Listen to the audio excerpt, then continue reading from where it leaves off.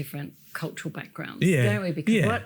how you're brought up is very different to your neighbour, Yeah. even if you're in the same neighbourhood and you come The from way the we same... have, not everybody's marginalized. No, they're not. Yes. So you're assuming that everybody's vulnerable.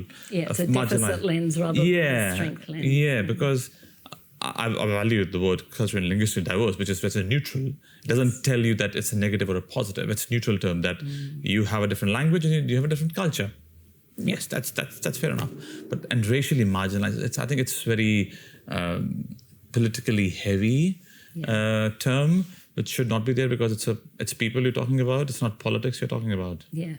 It's like talking about our older people. They don't want to be seen as vulnerable.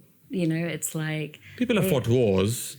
People have strength. And why would that be the case? Yes. So I think we need to be really turning things around and understanding from a strength-based, what are the opportunities? It's a bit like the... Because I'm ethnic Indian. I was born in India, but I'm Australian. Yeah. So I don't see myself as racially marginalized at all. No. So that term does not represent me at all. Neither me nor my parents or nor my family. Yeah. Or nor my friends. None of them will associate with that term. And how can one charity group lump everybody and give a new title which does not represent them at all? Yep. How would you define I would yourself? not use that term. I think I would prefer CALD over calm for sure. Yeah. because CALD is neutral. Yeah. But I don't like the homogeneity of the heterogeneous group. Yes. So the issue with CALD I have is it is a heterogeneous group. Yeah. And how can public policy of a heterogeneous group be lumped together and called one term? Because Eastern Europeans are very different than South Americans, South Asians and Southeast Asians. We're all different people. If the simplified version is, which we typically do, is people-centric, which is, then we cover everybody. Yeah. Then, people-centric is all Australians.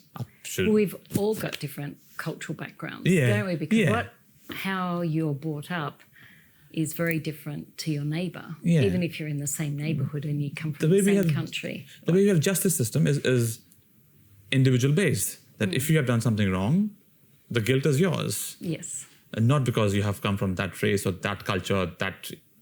Same as public service or caring services should be individual-based, which you are in the end. You are client-centric, client-focused.